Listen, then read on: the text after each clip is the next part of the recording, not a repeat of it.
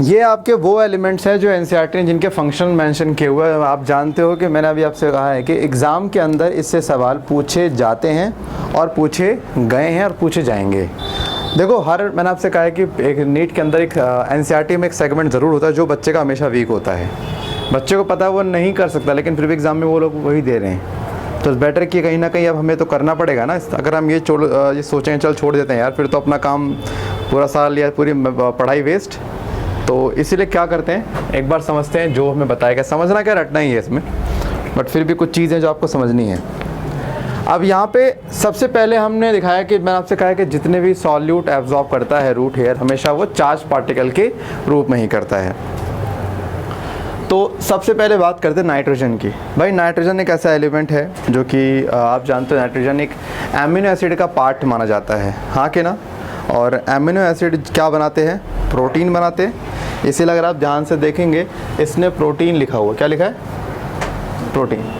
Nucleic acid, DNA और RNA के अंदर नाइट्रोजनस बेस पढ़ते हैं। एडेनिन, ग्वानिन, साइटोसिन, थाइमिन, इन सब के अंदर क्या प्रेजेंट होता है, नाइट्रोजन। दैट्स अ फंक्शन कहाँ आ गया।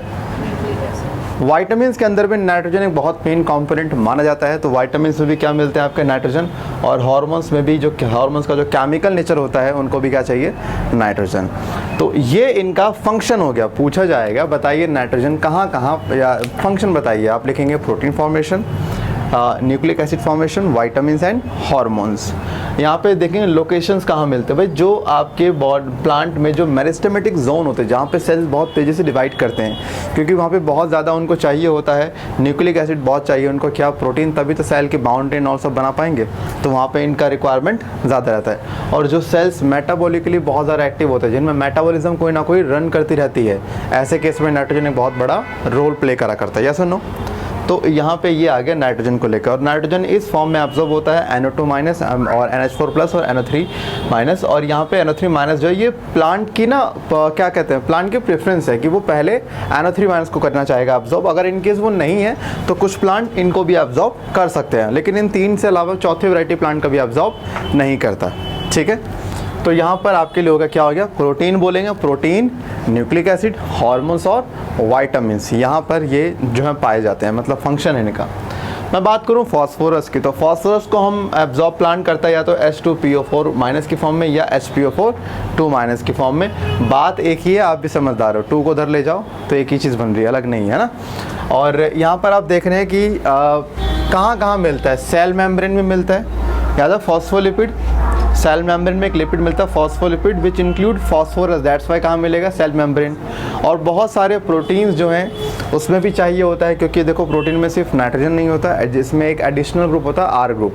आर ग्रुप में कोई और भी ग्रुप, फॉस्फोरस का कुछ भी ग्रुप आ सकता है। यानी कि यहाँ पे आप वर्ड पे फोकस मारेंगे, सर्टेन प्रोटीन लिखा हुआ है ना, आप सर्टेन पे फोकस मारेंगे, किस पे, सर्टेन प्रोटीन।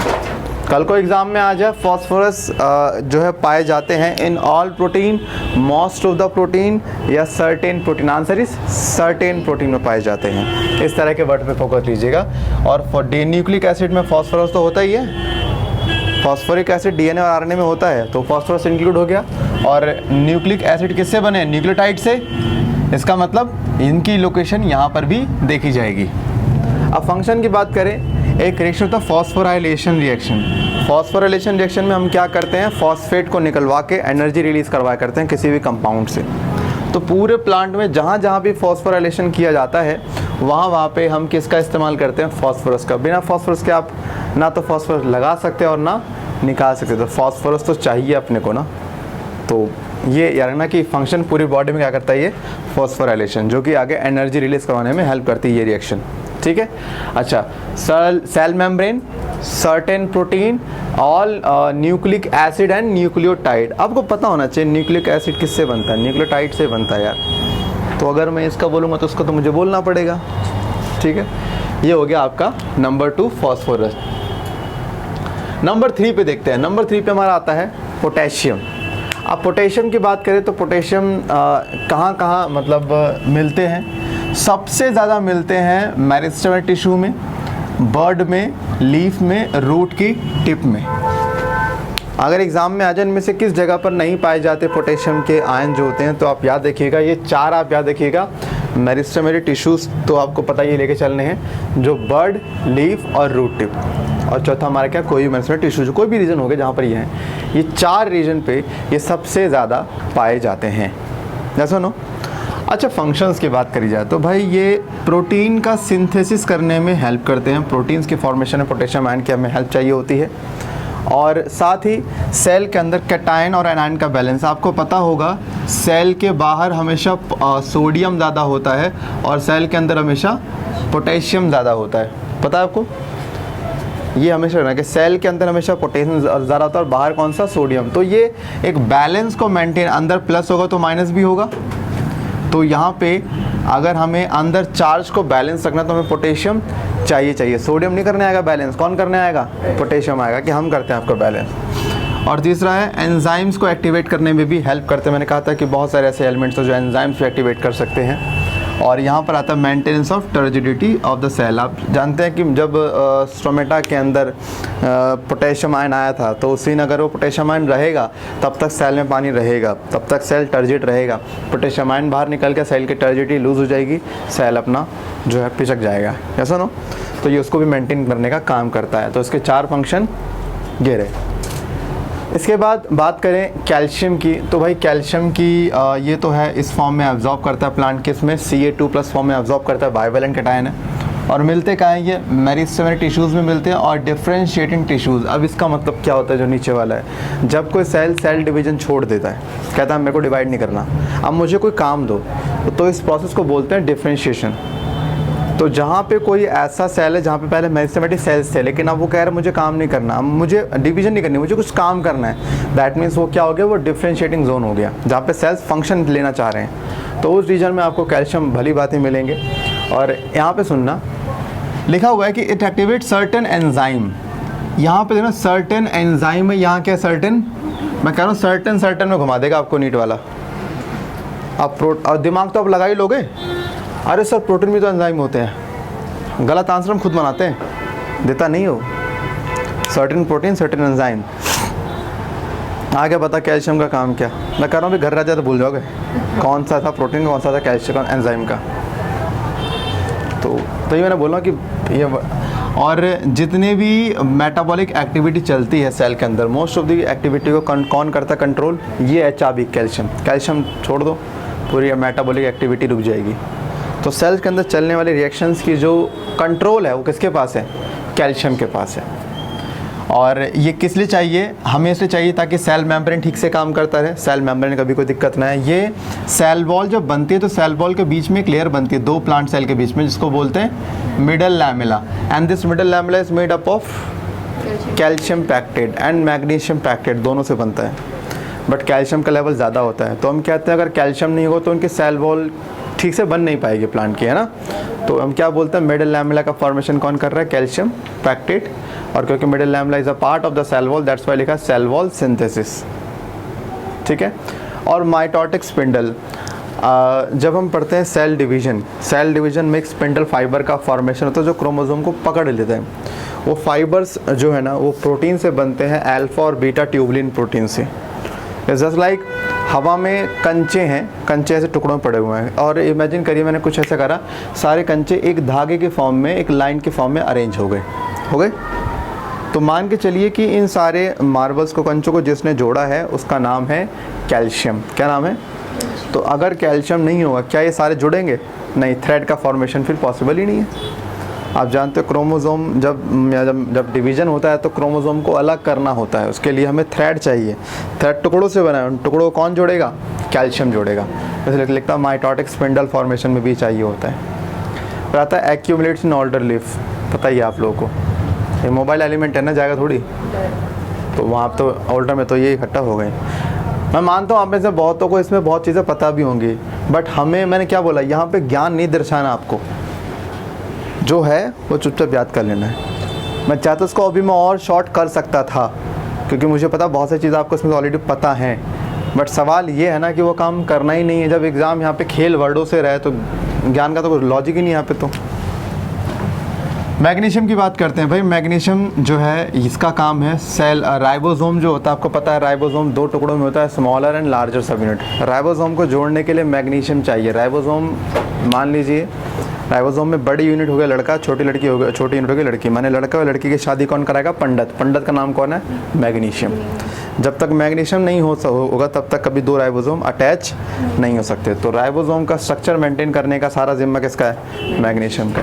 रेस्पिरेशन और फोटोसिंथेसिस, मैंने अभी कहा था चैप्टर 14 के अंदर ना, जो रेस्पिरेशन है वहाँ पे बहुत सारे आप पढ़ोगे ऐसे एलिमेंट्स जो एंजाइम्स को एक्टिवेट कर रहे हैं। तो हाँ, ये भी करता है, ये it activates enzyme of respiration and photosynthesis. वहाँ पे पढ़ेंगे, वहाँ पे एक्टिवेट कर रहे हैं। पढ़ाई था ना अभी रूबिस को, फोटोसिंथेसिस का है। Mg2+ में पढ़ाया था फॉस्फिनॉल पायरुवेट डिहाइड्रोजनेस, वो रेस्पिरेशन का था। दैट मीन्स दोनों जगह काम कर रहे हैं। डीएनए और आरएनए फॉर्मेशन में भी रोल प्ले करेगा, क्योंकि आप भी जानते हो राइबोसोम चाहिए। और राइबोसोम अगर जैसे डीएनए आरएनए के लिए हमें जो एंजाइम चाहिए, DNA polymerase and RNA polymerase, कहीं ना कहीं इनको इनडायरेक्टली मैग्नीशियम आयन की रिक्वायरमेंट पड़ती है। इस पूरे स्टेप में आपने नहीं पढ़ा, लेकिन डीएनए और आरएनए के फॉर्मेशन के अंदर मैग्नीशियम आयन चाहिए होता है। विदाउट मैग्नीशियम आयन आप क्रिएट ही नहीं कर सकते। बताओ लॉजिक कैसे? डीएनए को अगर डीएनए बनाना है तो DNA needs an enzyme known as DNA polymerase which is an proteinaceous in nature. और हर एक प्रोटीन को बनाने के लिए we need RNA as well as ribosome. ऐसा नो, राइबोसोम को कौन जोड़ सकता है? मैग्नीशियम। लेट सपोज मैग्नीशियम ना होता, राइबोसोम नहीं बनेगा, और अकेला आरएनए कभी प्रोटीन बना नहीं सकता। प्रोटीन नहीं तो एंजाइम नहीं, एंजाइम नहीं तो आपका डीएनए भी नहीं बनने वाला। सो हम इनडायरेक्टली बोलते हैं कि Mg2+ चाहिए आपके डीएनए और आरएनए की फॉर्मेशन के लिए चाहिए। जहाँ जहाँ प्रोटीन का इस्तेमाल होगा ना, वहाँ वहाँ मैग्नीशियम का रोल आ जाएगा, क्योंकि प्रोटीन बनाने के लिए राइबोसोम और आरएनए की मदद चाहिए, और राइबोसोम को ठीक से बना कौन सकता है? सिर्फ मैग्नीशियम। और क्लोरोफिल, चैप्टर 13 में आपको क्लोरोफिल का स्ट्रक्चर पढ़ाऊँगा, ठीक है, और उसमें हम देखेंगे कि वहाँ पर मैग्नीशियम, आयरन, नाइट्रोजन, ये सब उसमें इन्वॉल्व होते हैं। तो उसमें एक ये भी इन्वॉल्व होता है, कौन? मैग्नीशियम। ठीक है, माने अगर आप मैग्नीशियम ना दो प्लांट को तो क्लोरोफिल गायब हो जाएगा, क्योंकि भाई उसका एक कंपोनेंट है ना, ये नहीं दोगे इक्विवेलेंट तो क्लोरोफिल ही नहीं बनेगा, तो प्लांट का कलर भी लीफ का चेंज होना शुरू हो जाता है।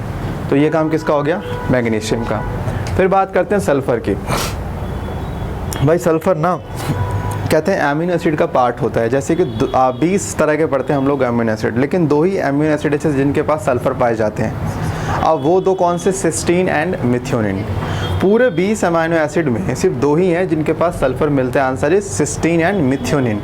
याद रखना, ये एग्जाम में ये भी क्वेश्चन पूछा गया एक बार, इनमें से किस एमिनो एसिड के पास सल्फर पाया जाता है? आप सोचो सर 20 हैं, कैसे याद करें? अरे 20 में 2 ही तो हैं याद करने, आपको कौन सा 20 याद करने हैं? तो ये वाले। और ये क्या है? ये बहुत सारे कोएंजाइम्स के मेन कंपोनेंट होते हैं। कोएंजाइम्स हम आगे पढ़ेंगे चैप्टर नंबर 9 बायोमॉलिक्यूल में। कोएंजाइम्स वो पार्ट होता है जो एंजाइम्स को एक्टिवेट करता है काम करने के लिए। ये भी एंजाइम्स को एक्टिवेट करते हैं, नो डाउट। एंजाइम्स ये होंगे साथ में तो एंजाइम काम करता है, और अगर ये नहीं होंगे एंजाइम्स काम करने से मना कर देता है। तो कोएंजाइम के नाम लिखे हैं, जैसे कोएंजाइम के साथ साथ हमने देखा विटामिन्स की बात करें तो विटामिन्स में थायामीन, बायोटीन, कोएंजाइम में फेरिडॉक्सिन। माने इस तरह से विटामिन्स के फॉर्मेशन में भी इसका रोल हुआ करता है। आप सल्फर नहीं देंगे, ये जितने भी विटामिन्स मैंने लिखे हैं इनमें से कुछ भी नहीं बनने वाला। मतलब आप सोचो ना, विटामिन देखो वहाँ भी आ गया, यहाँ भी आ गया, इसका आप नाइट्रोजन रोक दो या सल्फर रोक दो, दोनों रोक दो, दोनों केस में प्लांट को दिक्कत आनी है। और ऐसा नहीं कि एक एलिमेंट एक काम कर रहा है, एक एलिमेंट कम से कम 10 काम करता है, तो किसी भी एलिमेंट के कम होते के साथ में समस्या भी 10 ही पैदा होती है। ठीक है, सल्फर के बाद यहाँ पे बारी आती है आयरन की। कर रहे हैं आयरन की, ठीक है। आयरन जो कि Fe3+ फॉर्म में जनरली एब्जॉर्ब हुआ करता है। आयरन किस लिए चाहिए होता है आगे हम पढ़ेंगे। एक इलेक्ट्रॉन ट्रांसपोर्ट चैन पढ़ेंगे जहाँ पे इलेक्ट्रॉन को ट्रांसपोर्ट किया जाता है इन इनर मेम्ब्रेन ऑफ माइटोकॉन्ड्रिया। तो वहाँ पे फेरिडॉक्सिन और साइटोक्रोम जैसे पिगमेंट्स होते हैं जो कि इलेक्ट्रॉन का आगे ट्रांसफ़र कराया करते हैं। इसका मतलब आयरन जो है, माने आयरन इनका एक मेन कंपोनेंट है, किनका? फेरिडॉक्सिन और साइटोक्रोम। इस तरह का प्रोटीन है विच कंटेन्स आयरन, और इनका काम सिर्फ ये होता है इलेक्ट्रॉन को आगे पास करने का काम करते हैं अच्छे से। और इलेक्ट्रॉन का पास क्यों करते हैं ये आपको जो टॉपिक मालूम पड़ जाएगा। लिखा हुआ है it activates an enzyme known as catalase enzyme. ये एक एंजाइम को एक्टिवेट करते हैं जिस एंजाइम का नाम क्या है, कैटालेज एंजाइम। ठीक है, और यहाँ पे हम बात करेंगे, क्या लिखा मैंने, क्लोरोफिल। हाँ, आयरन भी चाहिए, आयरन भी इसी का कंपोनेंट है, मतलब क्लोरोफिल में ये भी है, नाइट्रोजन भी है, तो ये भी चाहिए। तो यहाँ पर आप अगर मैं बोलूँ आपसे क्या सारे इंपॉर्टेंट है यहाँ पे, नथिंग, यहाँ पे किसी को हाईलाइट नहीं करूँगा। मैग्नीज की बात करते हैं भाई। मैग्नीज का सबसे पहला काम है फोटोलाइसिस ऑफ वाटर, यही सेम काम ये भी कर रहा है, क्लोरीन भी। प्लांट के अंदर ना पानी टूटता है धूप की प्रेजेंस में, और जब धूप की प्रेजेंस में पानी टूटने लग जाए इसको बोलते हैं photolysis of water. Photo means light, lysis means टूटना। लाइट के प्रेजेंस में पानी टूटेगा, that is photolysis of water. तो फोटोलाइसिस में दो चीज़ें इन्वॉल्व होती हैं, एक Mn और एक Cl माइनस। दैट्स वाई वहाँ भी लिखा फंक्शन मैंने और यहाँ भी लिखा है। तो ये फोटोलाइसिस ऑफ वाटर करता है। और साथ ही जो मैग्नीज है ये अगेन ये भी क्या कर रहे हैं, एंजाइम्स को एक्टिवेट कर रहे हैं, जो कि तुम्हारे फोटोसिंथेसिस और रेस्पिरेशन दोनों केस में जो एंजाइम्स होते हैं उनको भी एक्टिवेट करने का काम करते हैं। और स्पेशली ये जो मैग्नीज है ये जो है इन्वॉल्व होते हैं in nitrogen metabolism. Nitrogen metabolism में चलने वाले बहुत सारी रिएक्शंस है जो कि जिसमें कि मैग्नीज चाहिए होता है। विदाउट मैग्नीज उनमें रिएक्शन भी पॉसिबल नहीं हो पाती। अभी इस चैप्टर में है ही नाइट्रोजन मेटाबॉलिज्म। ठीक है, उसके बाद जिंक की बात करें, जिंक आपको पता है Zn2+, अभी हम बात कर ही चुके हैं। और यहाँ पर ये भी एंजाइम्स को देखो, यहाँ पे various enzyme, it activates various, not certain enzyme, is various enzyme.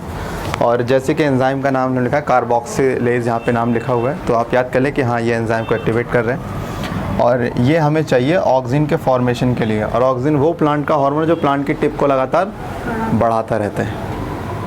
तो ऑक्सीजन के फॉर्मेशन के लिए अब तक आपने कहीं किसी प्लांट हार्मोन का स्पेसिफिक नाम नहीं पढ़ा था, पहली बार पढ़ रहे हो। अब पढ़ रहे इसका मतलब ये कुछ यूनिक है। यूनिक मतलब ये तो करना बनता ही बनता है। कल को एग्जाम में आ जाए, बताइए ऑक्सीजन सिंथेसिस के लिए कौन सा एलिमेंट रिस्पॉन्सिबल है? जिंक।